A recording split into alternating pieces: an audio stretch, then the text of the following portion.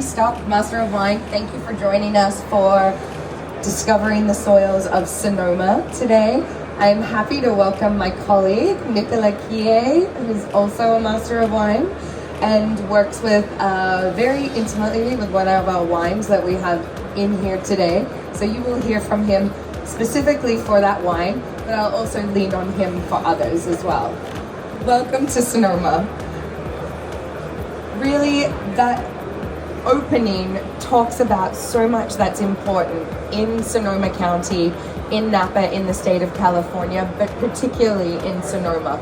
Because of Sonoma's really diverse geographical history, this is millions of years in the making, and the soil series in here in Sonoma have really carved out the 19 very special and specific AVAs that we work in and grow grapes in today.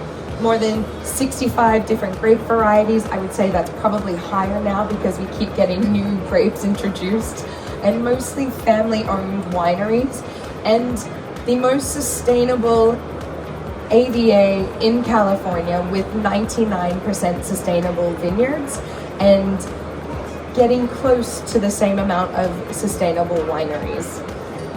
Geological influence, it's really about the tectonic plates colliding and that carving of the Mayacamas and the Coast Range that really bring together this very specific growing region and more soil series than there are in the country of France itself.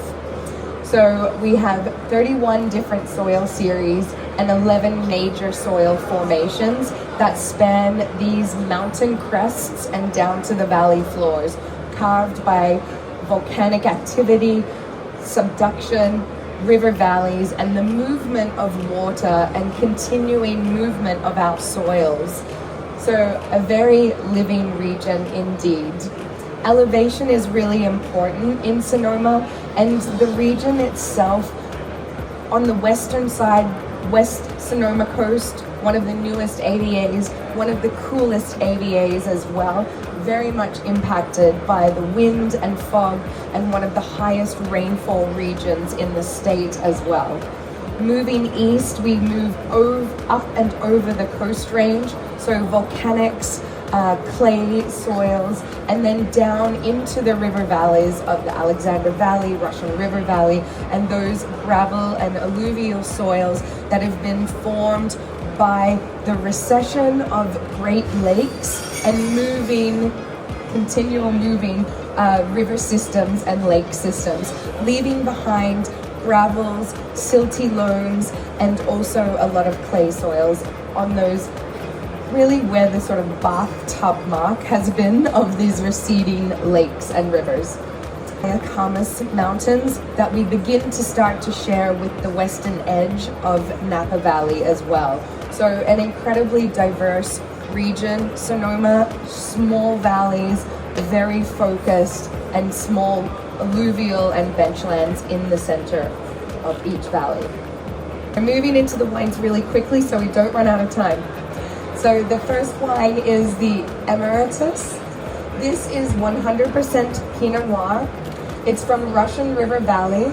So our most southerly and coolest AVA in the center part of Sonoma County is the Petaluma Gap.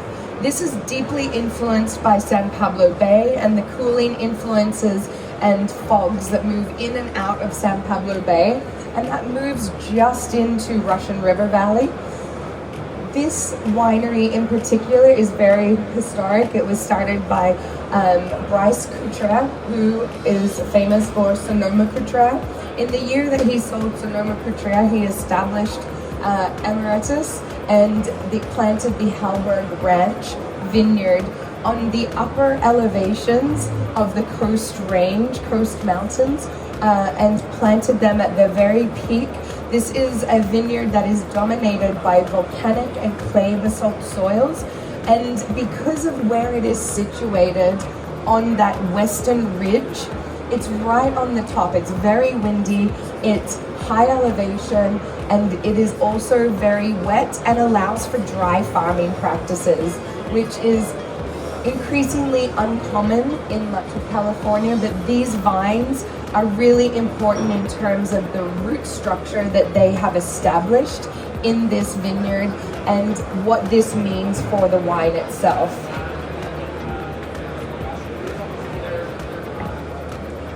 So this wine is 11 different clones of Pinot Noir. Some clones that we don't have names for because they were suitcase selectioned in, and then other clones that have a lot of history, such as Calera and Hyde, and then the Dijon selections of 115, 667, 777. A very diverse vineyard. The fruit is all destemmed and then very gently punched down twice daily, really getting into the deep clay volcanic soils gives this wine that silky mid-palate and that sweet sort of sassafras, cherry cola, Dr. Pepper kind of spicy fruit flavor to it. I like that you can see in this wine the fruit sweetness, but you also see the freshness that comes from that elevation as well. And the oak is very supportive on the palate without dominating. I wouldn't have expected it actually to be 30% New French. But really, really juicy and generous on the palate as well. And I didn't know if you mentioned that, but Russian River Valley is synonymous to Pinot Noir for Sonoma County. It's a very important variety for the county, as well as Chardonnay. Yeah, and I think once when Bryce sold Sonoma Coast, his commitment and philosophy for moving forward was really to make the best cool climate, high elevation Pinot Noir and Chardonnay in Sonoma. So that was really a commitment that he quite lived by. The question is, what's the elevation that we're talking about here? Yes. I mean, the high elevation is not Himalayan. We're talking 500 feet of elevation. Yeah, about, I think this one is at 450 to 530 feet elevation. So they are further north, it gets wetter and cooler as well. Yes. And other wines that we'll have in here are from higher elevations as well. So Russian River, quite a large vineyard area. We do get gravelly loams and river gravels down on the benchlands where the river has moved through and has moved and meandered over time. So more free draining soils in the valley floor where more thick-skinned grape varieties are grown. The Pinot Noirs and Chardonnays tend to be relegated more to the hillsides in Russian River for those more cool climate attributes. Moving into the next one, the Ramey Syrah. This is the 2021 vintage, which had a really lovely, perfect fruit set throughout the vintage. There was a requirement to do some thinning in the vineyard so that the vines wouldn't overproduce. And so this is 91% Syrah and about 9% Viognier. I love this wine. It's so aromatic, but still has that lovely meatiness that great cool climate Syrah has. It is 75% destemmed fruit, so a quarter whole cluster, getting some of that baking spice and some of that sappy sort of green olive note coming through as well. And then aging 18 months in French oak, mostly neutral barrel and larger puncheons as well. And this is from 2 different vineyard sites. It is located in the Petaluma area, and there's 2 vineyard sites. One that is primarily Kidd volcanic soils, and then the other that is mostly gravelly loam, so really restraining the vine's vigor as well and giving more of that granitic, gravelly character and cool climate aromatics. Here what's key is for the fog that moves in and out of the Petaluma Gap AVA, really moderating the vineyards and making sure that these vineyards stay cool, giving gentle ripening during the warm growing season, but consistent fog flows in and out and consistent winds over these vineyards as well, which really enhance the peppery aromatics and meatiness on these wines as well. Twice the rainfall of other regions, and can be dry grown in this area, but not essential. And then lots of growers, a small number of wineries. Okay, Nicola, you are up. Seghesio. I'm reading the stats and talking about my wine. All right, so this is my wine. So from Dry Creek Valley. I think we talk about Dry Creek afterwards, right? There's another slide. So let's talk about how we make the wine. It's 100% Zinfandel, which you don't taste very often. Very often when you taste the Zinfandel, it's blended with something else. This is actually 100% Zinfandel. Primarily from, it's one vineyard in the Dry Creek Valley, planted right around the river. So we have very sandy soils, very gravelly soils, which is usually where we produce our best, more pure Zinfandel, and we prefer that kind of soil.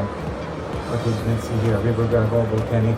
The Dry Creek Valley is a 16-mile long valley, 2 miles wide. It's a pretty small valley. It's relatively inland, so it's not as affected by the fog as other regions of Sonoma. And for that reason, it tends to be a little warmer. On the southern end of the valley, you're closer to Russian River Valley, so it's a little cooler. When you get a little further, you're closer to the ocean, it gets cooler again, and in the middle it gets really hot. And we're about 2/3 outside the Pacific Ocean ourselves, so we kind of be a little hot and cold. Vineyards for that specific wine was planted in 1972. So we have vineyard here, we have vines that are about 51-year-old, which we qualify usually as old vine ourselves. They are bush vines on this vineyard. French oak aging, not very traditional for Zinfandel also, very small amount, 10% new French oak on this wine, and a 15 months aging in the barrels, and then another 3 to 4 months in the bottle before we release the wine. So usually I like that wine because it shows a different face of Zinfandel. Many people think of Zinfandel as a wine that may be sweet or very tannic. That's not Zinfandel. Zinfandel is related to a Primitivo, and so if you taste wine from Puglia and Primitivo, they don't taste like that. Zinfandel may be like this if you add blenders or things into it, or if you leave residual sugar because you don't finish the fermentation, but naturally those wines tend to be almost Pinot Noir-like from a hot climate. 2022 was a very warm vintage in California. It was a very difficult vintage with a heat spell at the end. It went up to 42, 43 degrees for almost a week.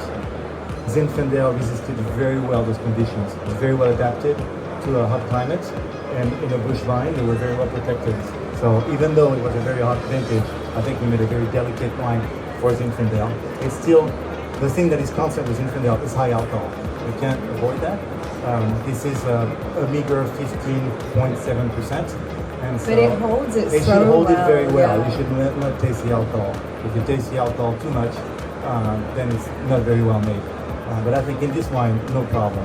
It's very nicely balanced. What I really love about this wine as well is that you have that silkiness in the mid-palate that belies what you typically think of Zinfandel, which can have sort of some more of those almost raisined fruit flavors in some other areas. And so it remains that freshness, that red purity of fruit, which is so distinctive to the Dry Creek Valley as well, and also to old vines in this region.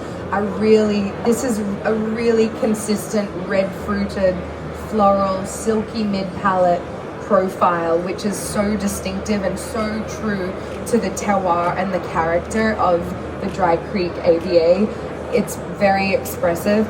Dry Creek Valley is over there. You should go and taste theirs in Zinfandel as well. Old vines also, and very, very similar profile of red fruit, fresh acidity, and lovely spices.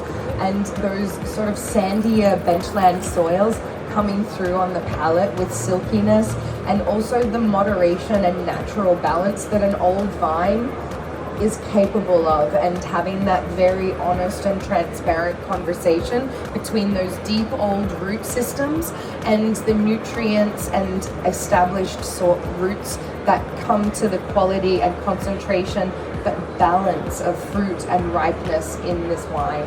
I think it's really lovely and just so well handled and not dominated. I think winemakers can also tend to want to extract a lot and then also add a lot of oak to a lot of Zinfandels, and it takes a lot, I think, for a winemaker to sort of sit back and let the vine, the natural vineyard, do the talking, and the fruit quality is really here to do that. We don't mess with our wine too much. It's very gentle. Zinfandel is a very important variety for Sonoma County. A lot of Sonoma was settled by Italian immigrants. There are a lot of Italian heritage in the area, and the first grapes planted there were Zinfandel. How much rainfall do we have during the year? So, yeah, I'll try to do the conversion. It's very Mediterranean, and so we have a climate where the rainfall comes in the winter, and then there's a very dry period after the winter, which is about to end for us, beginning of March, all the way to the end of harvest, all the way to November. We won't see any rain at all, but it's great for the grapes. The grapes need a little bit of water, so all those vineyards are irrigated to help them out. Add water in the vineyard. Now, there are some, Sonoma is a big place. We're talking about Dry Creek Valley here. But when you get closer to the coast, where there's more flood, deeper soil sometimes, no irrigation is possible. If you have very old vines that have been on their route, we own vineyards, all those vineyards in the Alexander Valley from 1895. Now, we have vineyards there that are not on drip because those vines are very old. Yeah, so Argentina is not exactly the same climate. We are high altitude in the shadow of the Andes. Yeah, in your case, you have water that you retain and then comes down from the Andes. Here, the water comes from lakes. So on the top of Dry Creek Valley, there is a lake called Lake Sonoma. And so we keep the water inside our lakes, and then we use those lakes to irrigate the vineyard. So that's how it works. Drip irrigation, so really only giving water when you're seeing those hot days about to come, because a lot of these vines are 100-year-old vines that don't require it, but the younger vines absolutely need that establishment to get them through to the end of the season. So when the hot weather does come, doing that direct soaking to get the best. Just got a few minutes left. So the Cabernet Sauvignon, this is from the most northerly and easterly AVA, Alexander Valley. Well, technically Knights Valley as well, but that's also shared. So Alexander Valley is a very warm AVA, but higher elevations, and this is sitting on the western slopes at high elevations of the Mayacamas Mountains. So really getting that elevation, that cooling influence coming into these vineyards at Stonestreet. These vines are planted at about 450 from the benchlands up to about 650 feet elevation on volcanic fractured volcanic soils, basalt soils, and then also down to some gravelly benchlands as well. So quite a large slope that is westerly facing. So you see these are north-south running valleys, and so planting on that eastern side in this valley, but on the western slope of the Mayacamas, gives us that full exposure to the sun, really capable of ripening these very thick-skinned varieties. And the influence of elevation is really apparent in the Alexander Valley at these high elevations, because the clusters are very small and the grape berries themselves are very small and thick-skinned and build that tannin and have higher skin to juice ratios. And so tannin extraction is really key in how you're working with these grapes in the cellar.